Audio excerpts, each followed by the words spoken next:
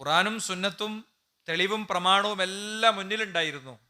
പക്ഷെ അവർ വിചാരിച്ചു ഈ ആയിരക്കണക്കിന് ആയത്തിൽ നിന്നും ലക്ഷക്കണക്കിന് ഹദീസിൽ നിന്നൊക്കെ ഞാൻ എങ്ങനെ ഒരു ഉത്തരത്തിലെത്തും, അതുകൊണ്ട് അതൊക്കെ നന്നായി 6, 7, 8 കൊല്ലം പഠിച്ച് തഹസീലായ ആൾക്കാരൻ പിൻപറ്റിയാൽ മതി എന്ന് വിചാരിക്കുന്ന മനുഷ്യരുടെ വിലാപത്തെക്കുറിച്ചാണ് ഖുറാൻ പറയുന്നത്.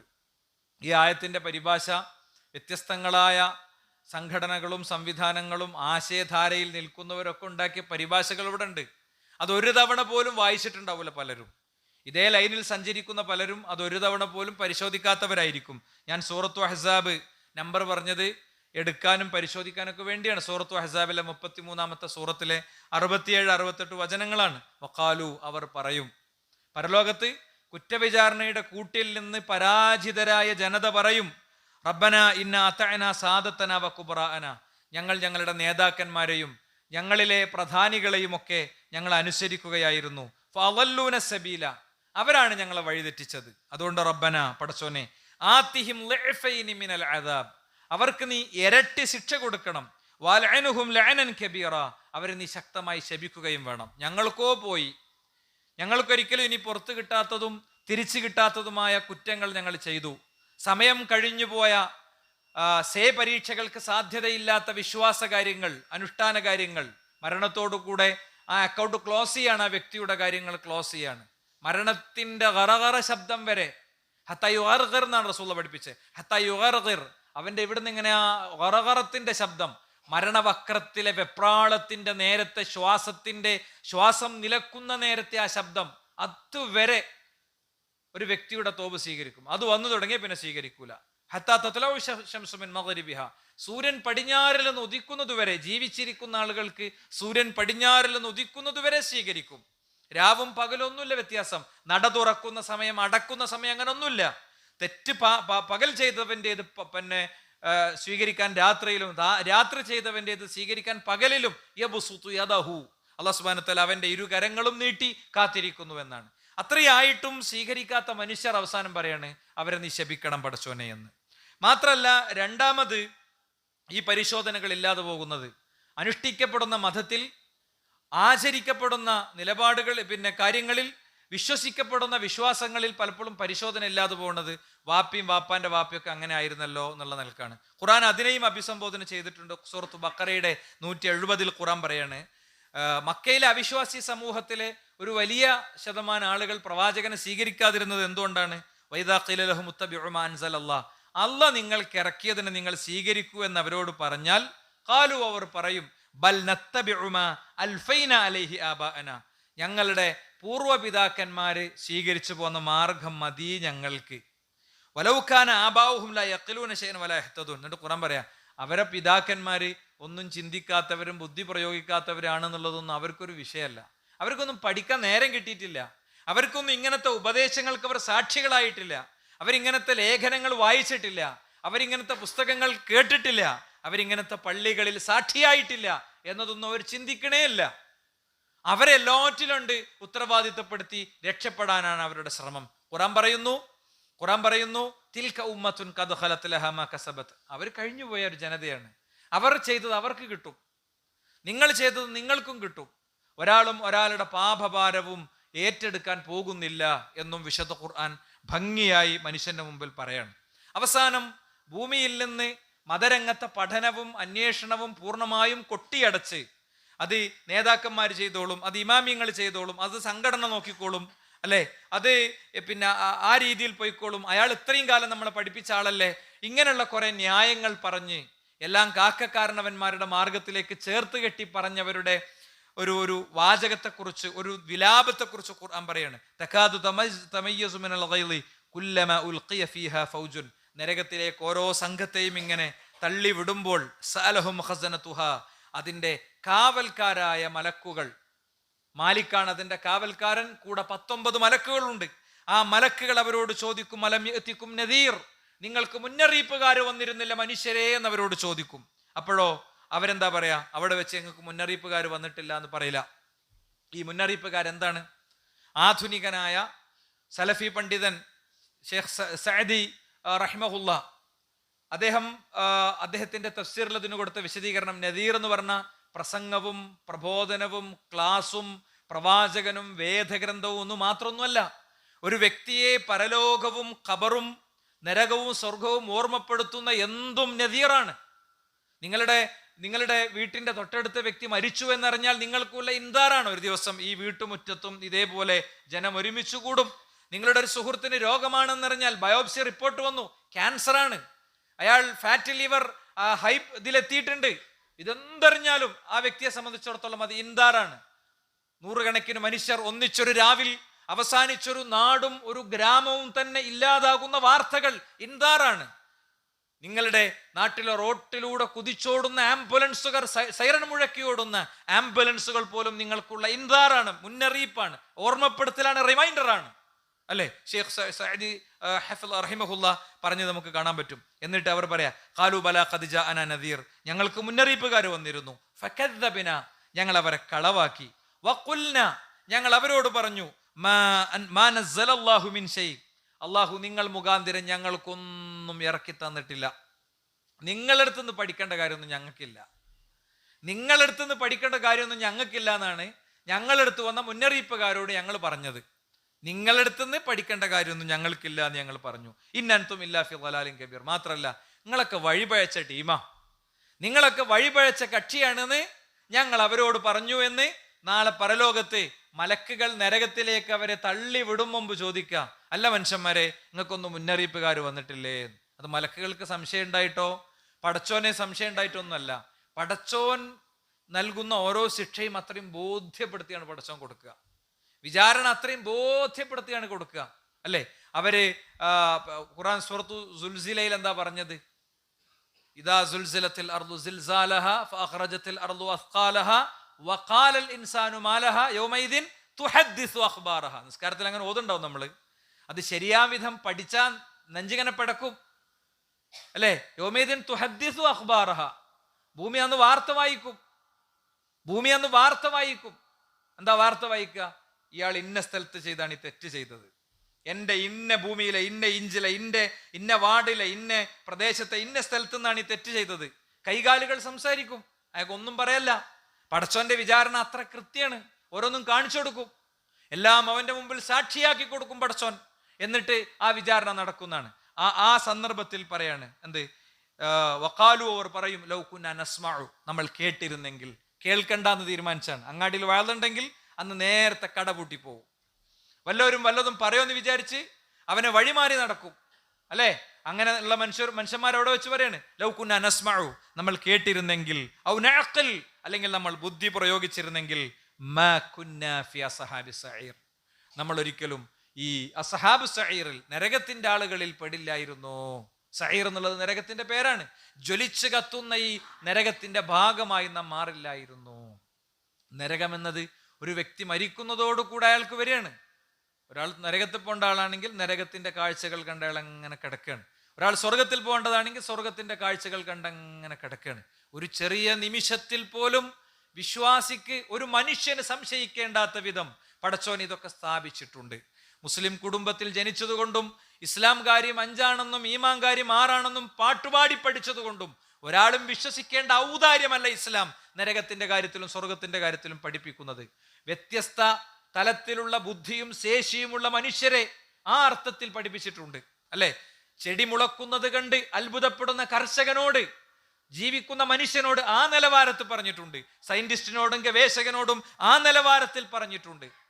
വിശുദ്ധ ഖുർആൻ, അയഹ്സബുൽ ഇൻസാനു അൻ യുതറക സുദാ അലം യകുനു തുഫതൻ മിൻ മനിയ്യിൻ യുംന ثم كان علقة فخلق فسوى فجعل منه الزوجين الذكر والأنثى. അല്ലേ? അയഹ്സബുൽ ഇൻസാനു അൻ യുതറക സുദാ അലം യകുനു തുഫതൻ മിൻ മനിയ്യിൻ യുംന.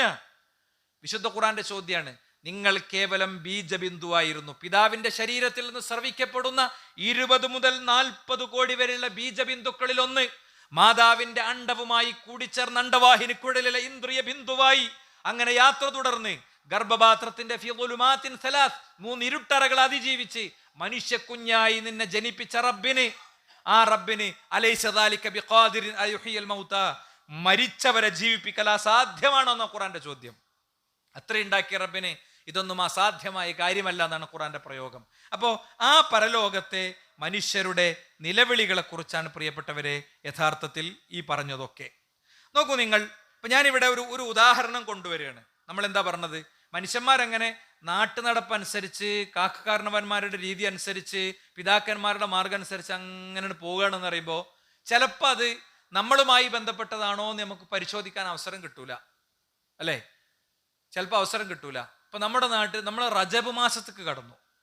റജബ് മാസത്തിന്റെ കാര്യത്തിൽ എത്ര പതിനായിരക്കണക്കിന് ആളുകൾ കണ്ട യൂട്യൂബ് സ്പീച്ചുകളിൽ ശ്രദ്ധയിൽപ്പെട്ടതുകൊണ്ടാണ് ഞാൻ ഇന്നത്തെ ഈ വിഷയം തെരഞ്ഞെടുത്തത്. റജബ് മാസത്തെ സംബന്ധിച്ച് ഇസ്ലാമിന്റെ കാഴ്ചപ്പാട് എന്താ? അതിൽ ഖുറാനിൽ റജബിനെ കുറിച്ച് പറഞ്ഞിട്ടുണ്ടോ? ഹദീസിലെ റജബിനെ കുറിച്ച് പറഞ്ഞിട്ടുണ്ടോ?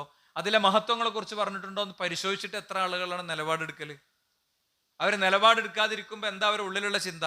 അത് വാപ്പാന്റെ വാപ്പിയൊക്കെ അങ്ങനെ റജബ് 27 ഒരു പ്രത്യേക സംഭവം ഉണ്ടായിരുന്നു, മധുരം ഉണ്ടാക്കി കഴിച്ചിരുന്നു, അതിന്റെ പകല് നോമ്പെടുത്തിരുന്നു, അല്ലേ? ഇങ്ങനത്തെ ഒരു നിലപാടായിരിക്കും ഉണ്ടാകുക. എന്നാൽ ഖുറാൻ കൃത്യമായിട്ട് പറഞ്ഞു, ഇന്ന ഇദ്ദത്ത ശുഹൂരി ഇൻദല്ലാഹി 12 ശഹ്റൻ ഫീ കിതാബില്ലാഹ്. അള്ളാഹുവിന്റെ ഗ്രന്ഥത്തിൽ മാസങ്ങളുടെ എണ്ണം 12 എണ്ണയാണ്. അത് പടച്ചോ നിശ്ചയിച്ചതാണ് 12, വേറെ ആരും ഉണ്ടാക്കിയതൊന്നല്ല കേട്ടോ.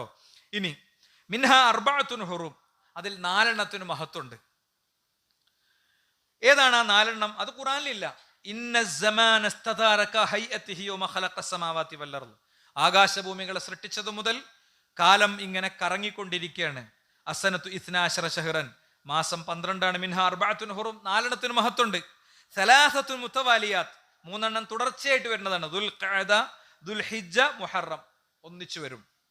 പിന്നെ റജബ് മുളർ ഗോത്രം മഹത്തരമായി കൽപ്പിച്ചിരുന്ന റജബ് മാസം, അല്ലദീ ബൈന ജുമാദ് വ ശഅബാൻ, ജുമാദുൽ അവ്വലിന്റെയും ശഅബാന്റെയും ഇടക്കുള്ള ആ റജബ് മാസം, ഇങ്ങനെയാണ് 4 എണ്ണം മഹത്വമുള്ളത്. പിന്നെ റമദാൻ മാസത്തിന് പ്രത്യേക മഹത്വം പറഞ്ഞിട്ടുണ്ട്. ഇതല്ലാതെ മറ്റെല്ലാ മാസങ്ങൾക്കും തുല്യ സ്ഥാനമാണുള്ളത്. ഈ മാസങ്ങൾക്ക് കൊടുക്കേണ്ട സ്ഥാനമോ, ഈ മാസങ്ങൾക്ക് കൊടുക്കേണ്ട സ്ഥാനം, ഇതിന് മഹത്വം ഉണ്ട് എന്ന് പറഞ്ഞുകൊണ്ട് നമുക്ക് നമ്മുടേതായ നിലക്ക് അനുഷ്ഠാനങ്ങളോ ആചാരങ്ങളോ ഇതിൽ ഉണ്ടാക്കാൻ പറ്റൂല. ഇതിന് മഹത്വമുണ്ടെന്ന് പറഞ്ഞ ഖുർആൻ, ഇതിന് മഹത്വമുണ്ടെന്ന് പറഞ്ഞ റസൂലുള്ളാഹി സ്വല്ലല്ലാഹി അലൈഹി വസല്ലം തങ്ങൾ എന്താണോ പ്രാധാന്യം കൽപ്പിച്ചത്, എന്താണോ നിശ്ചയിച്ചത്, എങ്ങനെയാണോ ആചരിക്കാൻ പറഞ്ഞത്, അങ്ങനെ ആചരിക്കുകയാണ് വേണ്ടത്. അതല്ലാത്ത രീതിയിൽ മാസങ്ങളുടെ കാര്യത്തിലെ ഇടപെടലുകളെ ഖുർആൻ ശക്തമായി ശകാരിച്ചിട്ടുണ്ട്. ഇന്നമൻ നസീഉ സിയാദത്തുൻ ഫിൽ കുഫർ, നസീ എന്നത് കുഫറിലെ അധികം വരുന്ന ഒന്നാണ്. യുദല്ലു ബിഹിൽ ലദീന കഫറു, ആ മാസങ്ങളിൽ നസീ എന്ന് പറഞ്ഞാൽ അതാണ്, മാസങ്ങളിൽ മഹത്വം കൽപ്പിക്കാത്തതിന് മഹത്വം കൽപ്പിക്കലും, അതോടൊപ്പം തന്നെ മാസങ്ങളുടെ കാര്യങ്ങളും സംഗതികളും അവരുടെ സൗകര്യങ്ങൾക്കനുസരിച്ച് പരിവർത്തിപ്പിക്കലും, അതാണ് നസീ. ജാഹിലിയത്തിൽ ഉണ്ടായിരുന്ന രീതിയാണ്.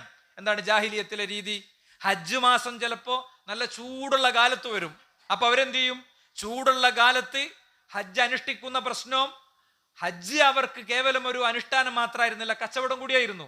അപ്പോ ആളുകളുടെ വരവിന്റെ എണ്ണം കുറയുന്നു വിചാരിച്ചിട്ട് ചന്ദ്രമാസ നിർണയത്തിൽ അവർ ഇടപെടലുകൾ നടത്തും. ചന്ദ്രമാസം എങ്ങനെയാണ് നിർണയിക്കേണ്ടത്? മാസം പുലരുന്നതിനനുസരിച്ച്, ഉദയത്തിനും അസ്തമയത്തിനും അനുസരിച്ച് കാഴ്ചയുടെ അടിസ്ഥാനത്തിൽ നിശ്ചയിക്കണമെന്ന വാദഗതി ശക്തമായി ഉയർത്തുന്നതും ഉന്നയിക്കുന്നതും ഇത്തരം തലങ്ങളിലേക്ക് കൂടി അത് പോകാൻ സാധ്യതയുണ്ട് എന്നതുകൊണ്ടാണ്. നമ്മുടെ സൗകര്യവും നമ്മുടെ നേരവും കാലവും നോക്കി മാസങ്ങൾ നിർണയിക്കാൻ പറ്റില്ല. മാസം അതിന്റെ ഉദയത്തിനും അസ്തമയത്തിനും അനുസരിച്ച് നിശ്ചയിച്ചോളണം. അതേപോലെ തന്നെ അവരെന്ത് ചെയ്യും? 4 മാസങ്ങൾക്ക് മഹത്വമുണ്ട് എന്ന് പറഞ്ഞല്ലോ. ചിലപ്പോ ചൂടും കാലാവസ്ഥയൊക്കെ വരുന്നതിനനുസരിച്ച് ഈ മാസങ്ങൾ അങ്ങോട്ടും ഇങ്ങോട്ടും ഒക്കെ മാറ്റും. ഈ പരിപാടിയെ ശക്തമായി ഖുർആൻ ശകാരിച്ചു. ഇന്നമൻ നസീഉ സിയാദത്തുൻ ഫിൽ കുഫർ, നസീ എന്ന മാസത്തിലും ദിവസത്തിലും അതിന്റെ മഹത്വത്തിലും ഫളിലുമുള്ള മാറ്റത്തിരുത്തലുകൾ വരുത്തുന്ന പരിപാടി അത് കുഫറിന്റെ ഭാഗമാണ് എന്ന് വിശുദ്ധ ഖുർആൻ കൃത്യമായി പഠിപ്പിച്ചു. അതുകൊണ്ട് റജബ് മാസത്തിൽ മഹത്വം കൊടുക്കണോ വേണ്ടയോ എന്നത് നമ്മൾ തീരുമാനിക്കേണ്ടതല്ല. ഖുർആനിലും സുന്നത്തിലും എന്തുണ്ട് എന്നതിന്റെ അടിസ്ഥാനത്തിലാണ് വേണ്ടത്. എന്നാൽ ഈ മഹത്തരമാക്കപ്പെട്ട മാസത്തിന്റെ പ്രത്യേകത എന്താ? അന്ന് യുദ്ധങ്ങൾ വിലക്കപ്പെട്ടു, യുദ്ധങ്ങൾ നിരാകരിച്ചു, യുദ്ധം ഒരു കാരണവശാലും ഉണ്ടാകാൻ പാടില്ലെന്ന് പഠിപ്പിച്ചു. മനുഷ്യർക്കിടയിലെ സ്വസ്ഥതയും സമാധാനവും സന്തോഷവും നിലനിർത്താനും അവർക്ക് അവരുടെ ജീവിതായോധനം നടത്താനും ഒക്കെയുള്ള ഖുർആനിന്റെ ഒരു ഇടപെടൽ കൂടിയാണിത്. യുദ്ധക്കൊതിയന്മാരായ മനുഷ്യർക്കിടയിൽ ശക്തമായ നിയമങ്ങൾ അവതരിപ്പിച്ചുകൊണ്ട് ഖുർആൻ വർഷത്തിലെ 3-4 മാസങ്ങളെ യുദ്ധമുക്തമാക്കി. ലോകത്ത് വേറെ ഏത് ദർശനം ഉണ്ടെങ്ങനെ? എന്നാ ചാർജ് ഷീറ്റ് മുഴുവൻ ഇസ്ലാമിനാണ്, അല്ലെ? അങ്ങ് ജർമ്മനിയിൽ ക്രിസ്ത്യൻ ആഘോഷങ്ങളിലേക്ക് വണ്ടി ഇടിച്ചു കയറ്റിയ വ്യക്തി, ആള് പേര് മുസ്ലിം ആയപ്പോ ഇവിടുത്തെ ഈത്തിസ്റ്റ് നവനാസ്തിക സമൂഹങ്ങളും അതേപോലെ തന്നെ പിന്നെ അതിതീവ്ര ആശയങ്ങൾ മുന്നോട്ട് വെക്കുന്ന ക്രിസ്ത്യൻ ചേരികളൊക്കെ അത് ആ മുസ്ലിം വ്യക്തിക്ക് ഖുർആനിൽ നിന്നുള്ള അന്യമത വിരോധത്തിന്റെ ആഹ്വാനങ്ങളിൽ നിന്ന് കിട്ടിയതാണെന്ന് പറഞ്ഞിട്ട് ആഘോഷിച്ചു. വിഷയം നമ്മൾ പഠിച്ച് അതിൻ്റെ അടുത്തേക്ക് അടുത്ത മണിക്കൂറുകളിൽ, അടുത്ത മിനിറ്റുകളിൽ മുസ്ലിം പണ്ഡിതന്മാരും പ്രബോധകന്മാരും ഒക്കെ എത്തിയപ്പോൾ അയാളുടെ എക്സിൽ രേഖപ്പെടുത്തിയത് അയാൾ എക്സ് മുസ്ലിം ആണെന്നാണ്. മനസ്സിലായില്ലേ? ഞാൻ ഇസ്ലാമിൽ നിന്ന് പുറത്തു പോയ ആളാണെന്നാണ് അയാൾ രേഖപ്പെടുത്തിയത്. അത് പറഞ്ഞു കഴിയുമ്പോൾ ഇത്തരം ആളുകൾക്ക് അതിൽ മറുപടി ഒന്നുമില്ല. മൗനമാണ്. കഴിഞ്ഞ ദിവസങ്ങളിലൊക്കെ നമ്മൾ ആവർത്തിച്ച് ചോദിച്ചുകൊണ്ടിരിക്കുകയാണ്. കഴിഞ്ഞ മണിക്കൂറുകൾ നമ്മൾ ആവർത്തിച്ച് ചോദിച്ചുകൊണ്ടിരിക്കുകയാണ്. സംഘടനാപരമായ ഉത്തരവാദിത്വം ഏറ്റെടുത്തുകൊണ്ട് ജുമാക്ക് ശേഷം ആ വിഷയം പോസ്റ്റ് ചെയ്യാൻ പോവാണ്. പറയട്ടെ, ഇവര് ഇവിടുത്തെ വിഭാഗീയ ചേരിയെ കത്തിക്കാൻ വേണ്ടി ഉന്നയിച്ചൊരു കാര്യമാണിത്, അല്ലെ? ഞാൻ സാന്ദർഭികമായിട്ട് പറഞ്ഞു എന്ന് മാത്രം. അപ്പോ ഒരു വ്യക്തി എന്നുള്ള നിലക്ക് നമുക്ക് ഉണ്ടാകേണ്ട തിരിച്ചറിവാണിത്. ഈ മഹത്തരമായ മാസങ്ങളിൽ നമുക്ക് ചെയ്യാനുള്ള എന്താ? റജബിൽ നമുക്ക് ചെയ്യാനുള്ള എന്താ? അതാ ഖുർആൻ പറഞ്ഞത്. അതിലൊക്കെ ഉണ്ട് അംഫുസക്കും. ഈ മഹത്തരമാക്കപ്പെട്ട മാസങ്ങളിൽ നിങ്ങൾ നിങ്ങളോട് തന്നെ അതിക്രമം ചെയ്യരുത്. സ്വകാര്യ ജീവിതത്തിലെ തിന്മകൾ 100% അവസാനിപ്പിക്കുക. വ്യക്തികളെ ആക്രമിക്കുന്ന സ്വഭാവങ്ങൾ ഇല്ലാതിരിക്കുക. ഉള്ള ആരാധനകൾ കൂടുതൽ ശ്രദ്ധയോടെ ചെയ്യുക. അഡീഷണൽ ഫിറ്റിംഗ് ഉണ്ടാക്കുന്ന ഒരാളും ഈ മാസത്തിൽ, പ്രത്യേകിച്ച് ജമാഅത്ത് നിസ്കാരത്തിന്റെ കാര്യം ശ്രദ്ധിക്കലുണ്ടാവുമോ? നമ്മളെ പള്ളികളിൽ എത്ര ആള് സൊഫിൽ കൂടുന്നുണ്ട്? നമ്മളെ നാട്ടിൽ എത്ര അനാഥക്ക് പുതിയ അന്നം കിട്ടുന്നുണ്ട്? നമ്മുടെ നാട്ടിൽ എത്ര വിധവക്ക് സംരക്ഷണം ഒരുക്കപ്പെടുന്നുണ്ട്? ഇല്ല. ഫലാ തുളിമു ഫീഹിന്ന അൻഫുസകും. അതാണ് ഇവിടെ ഖുർആൻ ആവശ്യപ്പെട്ടത്. ഇനി മാത്രല്ല, ഈ കാര്യത്തെ സംബന്ധിച്ചിടത്തോളം വളരെ കൃത്യമായി ഇന്നൽ വാജിബ ഫീ മിസ്ലി ഹാദിഹിൽ അശ്ഹുരി അൽ ഹുറും, മഹത്തരമാക്കപ്പെട്ട ഈ മാസങ്ങളിൽ ഉള്ളതെന്താണ്? ഗൈരിഹാ മിനൽ അശ്ഹുർ, മറ്റു മാസങ്ങളിലെ പോലെ തന്നെയാണ് വേണ്ടത്. തർക്കുൽ മുന്നഫ്സ്, സ്വന്തത്തോടുള്ള അതിക്രമം ഒഴിവാക്കുക. ബിതർക്കിൽ മുഹറമാത്ത്, ഹറാമായ കാര്യങ്ങൾ ഒഴിവാക്കുന്നതിലൂടെ. വതജന്നുബുൽ മൻഹിയാത്ത്, നിരോധിക്കപ്പെട്ട കാര്യങ്ങൾ ഉപേക്ഷിക്കുന്നതിലൂടെ. ഖൈറാത്ത്, നന്മകൾ വർദ്ധിപ്പിക്കുക. പഠിപ്പിക്കപ്പെട്ട നന്മയുണ്ട്, പഠിപ്പിക്കപ്പെട്ട ദിക്റുകളുണ്ട്, അതൊക്കെ വർദ്ധിപ്പിക്കുക. അതാണ് ചെയ്യേണ്ടത്. അതല്ലാതെ ഒന്നും ഇല്ല. ഇത് ഞാൻ പറയണല്ല. ഹാഫിദ് ഇബ്നു ഹജർ അസ്ഖലാനി റഹിമഹുല്ലാ ഈ റജബ് മാസത്തിലെ പ്രത്യേക ആഹ്വാനവും ആഘോഷമൊക്കെ പറയണവരുടെയും ശൈഖാണല്ലോ. ലം യരിദ് ഫീ ഫദ്ലി ശഹ്രി റജബ് വലാ ഫീ സിയാമിഹി വലാ ഫീ സിയാമി ശൈഇൻ മിൻഹു മുഅയ്യൻ. ആ മാസത്തിൽ മൊത്തത്തിൽ നോമ്പ് നോൽക്കാനോ അതിൽ ഏതെങ്കിലും ഒരു ദിവസം പ്രത്യേക നോമ്പ് നോൽക്കാനോ ഉള്ള ഒരു നസ്സും വന്നിട്ടില്ല. വലാ ഫീ ഖിയാമി ലൈലത്തിൻ മഖ്സൂസ, ഏതെങ്കിലും ഒരു പ്രത്യേക രാത്രിയിൽ പ്രത്യേക നിസ്കാരവും പഠിപ്പിച്ചിട്ടില്ല. ഇനി അതിൽ ഒരുപാട് ഹദീസ് കാണും, തലങ്ങും വലങ്ങും ഉദ്ധരിക്കും. 11 21 അത്രയും ഹദീസ് വന്നിട്ടുണ്ട്. രണ്ടിനമാണ്, ഖിസ്മുൻ ലഈഫ് ഖിസ്മുൻ മൗളൂ. ഒന്ന് ലഈഫായ ഹദീസുകളാണ്. എന്താ ലഈഫായ ഹദീസ്? പ്രവാചകന്റെ അടുത്തേക്ക് എത്തിയിട്ടില്ല. ഇങ്ങനെ പോകുമ്പോ എവിടേക്കോ ചില സനദൊക്കെ കാണുന്നുണ്ട്, പക്ഷേ പ്രവാചകനിൽ നിന്ന് ഉദ്ധരിക്കപ്പെട്ടിട്ടില്ല. മൗളൂ എന്ന് പറഞ്ഞാലോ അതിന് സനദേ ഇല്ല. അതൊക്കെ പ്രസംഗിക്കണ ഒരു പ്രസംഗത്തിന് ഉഷാറ് കൂട്ടാൻ വേണ്ടി അടിച്ചു വിട്ടതാണ്, അല്ലെ? വളരെ കൃത്യമായിട്ട് ഇബ്നു ഹജർ അസ്ഖലാനി റഹിമഹുല്ലാ 21 ദുർബല ഹദീസുകളും 11 മൗളൂആയ ഹദീസുകളും അതിൽ ഉദ്ധരിച്ചിട്ടുണ്ട്. ഹദീസുകളൊക്കെ ഇവിടെ ഉണ്ട്, എല്ലാം ഉണ്ട്. അല്ലാഹുമ്മ ബാരിക് ലനാ ഫീ റജബ വശഅബാൻ വബല്ലിഗ്നാ റമളാൻ. ഹദീസ് മൗളൂ ആണ് കേട്ടോ, ഹദീസ് ലഈഫ് ആണ്. ലം യസും റസൂലുള്ളാഹി സ്വല്ലല്ലാഹു അലൈഹി വസല്ലം ബഅദ റമളാൻ ഇല്ലാ റജബ വശഅബാൻ, റജബും ഷഅബാനും മാത്രമേ നോറ്റിട്ടുള്ളൂ. ഹദീസ് ലഈഫാണ്. ഇങ്ങനെ ലഈഫായ ഹദീസുകൾ ധാരാളമുണ്ട്. അതൊന്നും ഒരു വ്യക്തിക്ക് സ്വീകരിക്കാൻ പറ്റില്ല. 11 ദുർബല ഹദീസുകളും 21 മൗളൂആയ ഹദീസുകളും ഈ വിഷയത്തിലുണ്ട്. അത് അസ്ലാക്കിയ ഒരു വിശ്വാസിക്ക് പോകാൻ പറ്റില്ല. അതുകൊണ്ട് തന്നെ അബൂബക്കർ തർത്തൂശി റഹിമഹുല്ലാ പറഞ്ഞു, എന്താണ് അദ്ദേഹത്തിന്റെ ബിദ്അത്തുകളെ കുറിച്ച് വിവരിക്കുന്ന ഗ്രന്ഥത്തിൽ പറഞ്ഞു, യുക്റഹു സൗമു റജബ് അലാ സലാസതി ഔജുഹ്, 3 കാരണങ്ങളാൽ റജബ് മാസത്തിലെ നോമ്പ് നിരാകരിക്കപ്പെട്ടിരിക്കുന്നു. അതിലെ തിങ്കൾ നോൽക്കുക, അതിലെ വ്യാഴം നോൽക്കുക ഒരു പ്രശ്നമല്ല.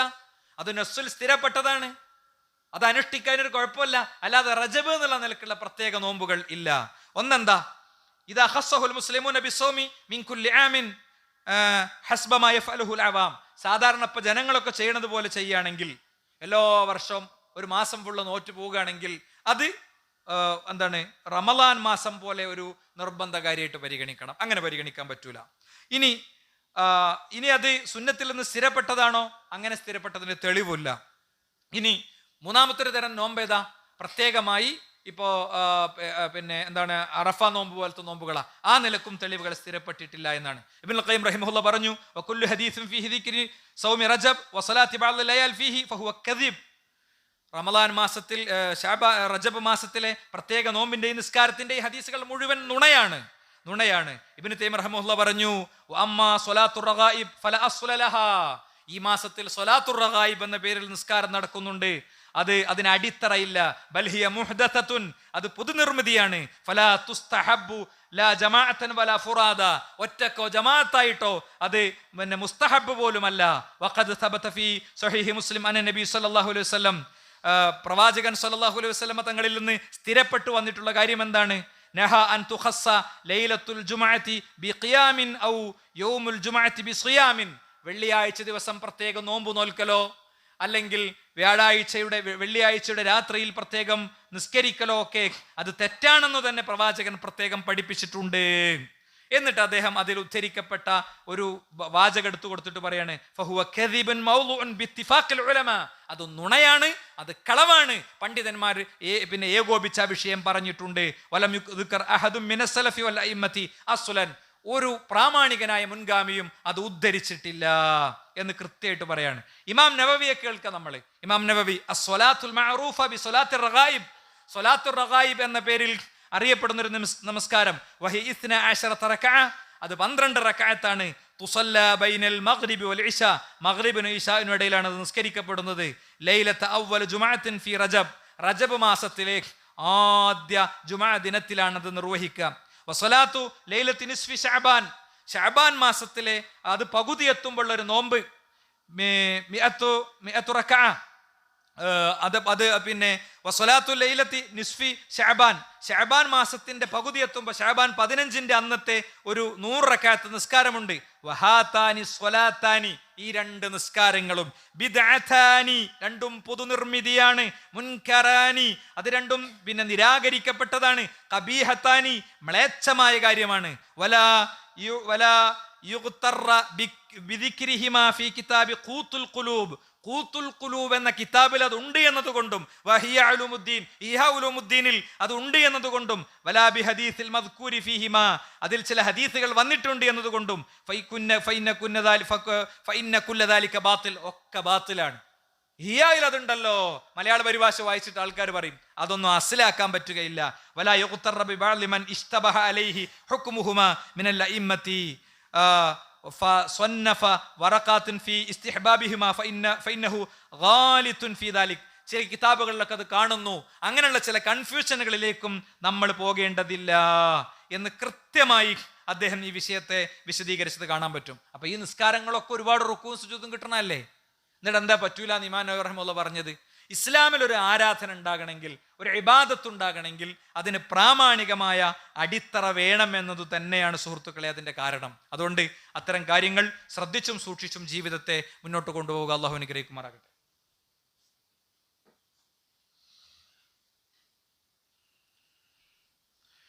അൽഹംദുലില്ലാഹി വസ്സലാത്തു വസ്സലാമു അലാ റസൂലില്ലാഹി വഅലാ ആലിഹി വസഹ്ബിഹി അജ്മഈൻ, അമ്മാ ബഅദ്. സൃഷ്ടാവും സംരക്ഷകനുമായ റബ്ബിനെ ജീവിതത്തിലുടനീളം സൂക്ഷിക്കണേ എന്നൊരിക്കൽ കൂടി പ്രത്യേകം ഉണർത്തുകയാണ്. ഇമാം നവവി റഹിമഹുല്ലാഹ് വീണ്ടും പറയുന്നു, സലാത്തുർ റഗായിബ് ബിദ്അത്തുൻ ഖബീഹത്തുൻ, സലാത്തുർ റഗായിബ് എന്നത് അത് ബിദ്അത്താണ്, അത് ഏറ്റവും മോശമായ കാര്യമാണ്. മുൻകറത്തുൻ, അതും നിരാകരിക്കപ്പെട്ടതാണ്. അശദ്ദ ഇൻകാരിൻ, ഏറ്റവും ശക്തമായ നിഷേധം. മുസ്തമിലത്തുൻ അലാ മുൻകറാത്തിൻ, ഒരുപാട് മുൻകറാത്തുകൾ, ഒരുപാട് ഒഴിവാക്കേണ്ട കാര്യങ്ങൾ ഒത്തുചേരുന്നതാണ്. ഫതഅയ്യനു തർക്കുഹ വൽ ഇഅറാദു അൻഹാ, അതുകൊണ്ട് അത് ഉപേക്ഷിക്കണം, അതിനെ അവഗണിക്കണം. വഇൻകാറുഹ അലാ ഫാഇലിഹ, അതേപോലെ അത് ചെയ്യുന്നവരെയും നിരാകരിക്കണം എന്ന് അദ്ദേഹം പഠിപ്പിക്കുകയാണ്. ഇപ്പൊ പണ്ഡിതന്മാര് ഇത്ര കണിശമായി ഇത്തരം കാര്യങ്ങൾ പറയുമ്പോൾ, ബിദ്അത്താണെന്ന് പറയുമ്പോൾ, ആ ബിദ്അത്ത് നേരത്തെ നമ്മൾ ഖുതുബകളിലൂടെ പഠിച്ചിട്ടുണ്ട് എന്താണെന്നുള്ളത്. നോക്കൂ നിങ്ങൾ, അബ്ദുല്ലാഹി ബിൻ അബ്ബാസ് റളിയല്ലാഹു അൻഹു പറയാണ്, ഇമാം അഹ്മദ് റഹിമഹുല്ലാഹു ഉദ്ധരിച്ച ഹദീസ്, മാ ഹദസ ഖൗമൻ ബിദ്അത്തൻ, ഒരു ജനവിഭാഗവും ബിദ്അത്തുകൾ ഉണ്ടാക്കുകയില്ല, ഇല്ലാ റുഫിഅ മിസ്ലുഹ മിനസ് സുന്ന, അപ്പം എന്ത് ചെയ്യും, സുന്നത്തുകളൊക്കെ പോകും. ഫതമസ്സുക് ബിസുന്നത്തിൻ ഖൈറും മിൻ ഇഹ്ദാസി ബിദ്അ, നീ സുന്നത്തുകൾ മുറുകെ പിടിക്കുക. നിങ്ങൾ ആലോചിച്ച് നോക്ക്, ഈ 100 റക്അത്ത് നിസ്കാരത്തിന് വേണ്ടി പള്ളിയിൽ പോയി കൂടുന്ന ആൾക്കാരും അവിടെ രാത്രി ഹയാത്താക്കണവരും ഒക്കെ, അല്ലെങ്കിൽ രാത്രി പ്രത്യേക ജനാസ പിന്നെ സന്ദർശനം, വാപ്പാൻ്റെ ഇമ്മാൻ്റെ ഖബർ സന്ദർശനമൊക്കെ ഉണ്ടാകും. അവിടെയൊക്കെ എന്ത് ചെയ്യും, ബാപ്പാൻ്റെയും ഉമ്മാൻ്റെയും കബറിങ്ങ പോണ പരിപാടിയൊന്നും ഓൽക്ക് ഉണ്ടാവില്ല. വെള്ളിയാഴ്ച നോക്കി വെക്കും, വെള്ളിയാഴ്ചക്ക് വല്ല മഹത്വം ഉണ്ടോ? അതൊന്നും അവിടെ ഉണ്ടാവില്ല. മാത്രമല്ല റജബ് രാവിലെ സുബഹിന്റെ മുമ്പുള്ള 2 റക്അത്ത് പ്രവാചകൻ യാത്രയിൽ പോലും ഉപേക്ഷിച്ചിട്ടില്ല. ജമ്മും കസറും ആക്കി നിസ്കരിക്കുമ്പോൾ അതിന്റെ മുമ്പും ശേഷമുള്ള സുന്നത്തുകൾ നിസ്കരിക്കൂല. അതാണ് ഇസ്ലാമിന്റെ രീതി. പക്ഷേ പ്രവാചകൻ യാത്രയിൽ പോലും സുന്നത്ത് 2 റക്അത്ത് ഒഴിവാക്കിയിട്ടില്ല.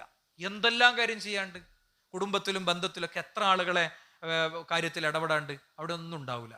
മാത്രമല്ല ബിദ്അത്ത് ചെയ്യുന്ന വ്യക്തിക്ക് നാളെ പരലോകത്ത് ഹൗദുൽ കൗസറിലെ വെള്ളം നിരാകരിക്കപ്പെടുമെന്ന് നബി കരീം സ്വല്ലല്ലാഹു അലൈഹി വസല്ലം തങ്ങൾ പഠിപ്പിച്ചിട്ടുണ്ട്. ചെറിയ കാര്യമല്ല. അവരുടെ തൗബ അള്ളാഹു തടയപ്പെടുമെന്ന് പഠിപ്പിച്ചിട്ടുണ്ട്. അവരുടെ തൗബ അള്ളാഹു തടയും. ഇഹ്തജറ തൗബ, അയാളുടെ തൗബ അള്ളാഹു തടയും എന്നാണ്. അതുകൊണ്ട് ഇത്തരം വിഷയങ്ങൾ നമുക്ക് പറയേണ്ടി വരുന്നത് ഈ സന്ദർഭം അത് ആവശ്യപ്പെടുന്നു എന്നതുകൊണ്ടാണ്. വിഷയത്തെ ശരിയായി പഠിക്കുക. ഈ പറഞ്ഞ ഇബാറത്തുകളൊക്കെ ആർക്കും പരിശോധിക്കാൻ കിട്ടുന്നതും മനസ്സിലാക്കാൻ പറ്റുന്നതുമാണ്. ഇത്തരം വിഷയങ്ങളൊക്കെ പഠിക്കാൻ സന്നദ്ധരായ ആളുകൾക്ക് കാര്യങ്ങൾ എത്തിക്കാൻ ശ്രമിക്കുക. അള്ളാഹു നമ്മളെ സ്വീകരിക്കുമാറാകട്ടെ. അവൻ്റെ യഥാർത്ഥ മോമിനുകളിൽ, മുഖ്ലിസുകളിൽ, മുത്തഖീങ്ങളിൽ അവൻ നമ്മൾ ഉൾപ്പെടുത്തുമാറാകട്ടെ. ലാ ഇലാഹ ഇല്ലല്ലാഹ് എന്ന കലിമത്ത് തൗഹീദിനെ സാക്ഷാത്കരിക്കാനുള്ള തൗഫീഖ് അള്ളാഹു നൽകുമാറാകട്ടെ. അല്ലാഹുമ്മ ഗ്ഫിർ ലിൽ മുഅ്മിനീന വൽ മുഅ്മിനാത്ത്, അല്ലാഹുമ്മ അഇസ്സൽ ഇസ്ലാം വൽ മുസ്ലിമീൻ, അല്ലാഹുമ്മ അദിൽ الشرك والمشركين, اللهم انصر المجاهدين في كل مكان. اللهم اغفر لنا ولإخوان الذين سبقونا بالإيمان. آمين آمين برحمتك يا أرحم الراحمين. والحمد لله رب العالمين.